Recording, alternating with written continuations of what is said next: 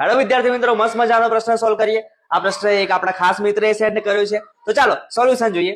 પ્રશ્ન કંઈક આવો છે કે ભાઈ કેરીમાંથી રસ કાઢીએ ત્યારે રસનું વજન કેરીના વજનના લગભગ 1/3 જેટલું હોય છે। એક મહિનામાં 4500 કિલો કેરીમાંથી રસ કાઢવા કેટલો રસ તૈયાર થાય?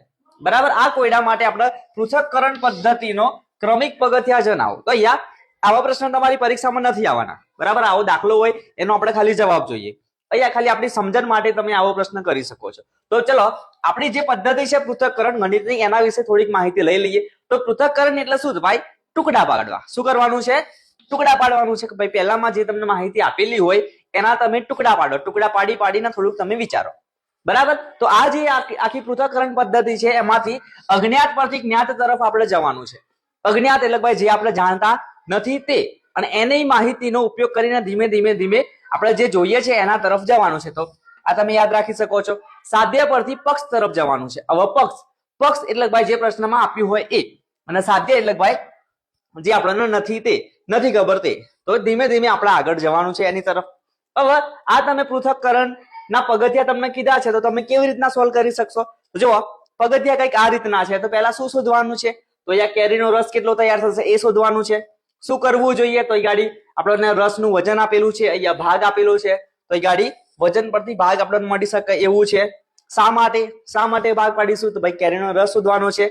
સમીકરણ બનશે કે નહીં બને એ જોવાનું છે। તો ભાઈ આ પગથિયા છે। અને ભાઈ તમે પૃથક્કરણ પદ્ધતિ જો કરી હોય તો તમને આની મર્યાદા ખબર હશે। ભાઈ આ જે પૃથક્કરણ પદ્ધતિ છે એમાં આપણો ઘણો બધો સમય જાય, બરાબર। એની જે મર્યાદા છે એમાં આમાં બહુ લાંબો સમય જાય, એટલે પ્રશ્નમાં આ પદ્ધતિ આપણે વાપરી શકવાના નથી, ખાલી આ સમજણ માટે છે। પણ આ જે પૃથક્કરણ છે એનાથી બાળકો જે કોન્સેપ્ટ હશે, જે દાખલો હશે એ આરામથી સમજી શકશે, બરાબર। ચલો તો આપણા જે દાખલો છે એનું આપણે સોલ્યુશન કરીએ। એકદમ સિમ્પલ દાખલો છે। ભાઈ કેરીનો રસ કાઢવાનો છે। એક જે રસ છે એ એના વજનના 1/3 જેટલો નીકળે, એટલે ભાઈ ત્રીજા ભાગનું એમાંથી રસ નીકળવાનો છે। તો અહીંયા 4500 કિલો કેરી છે અને આનો ત્રીજો ભાગ, તો તમને ખબર પડી જ જાય કે ભાઈ 15 × 45, તો 1500 કિલોગ્રામ કેરીનો રસ નીકળ્યો। જો માત્ર 2 સેકન્ડ લાગી ને, પણ અહીંયા તમે પૃથક્કરણ પરથી કરવા જાઓ તો પરીક્ષા પણ પૂરી થઈ જાય, બરાબર। તો ખાલી આપણે સમજવાનું છે, બાકી પરીક્ષામાં તમને પગથિયા પૂછવાના નથી।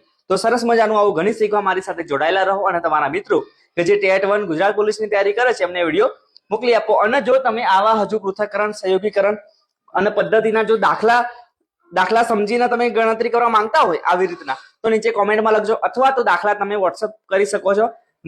કોમેન્ટમાં મારો નંબર હશે। Thank you.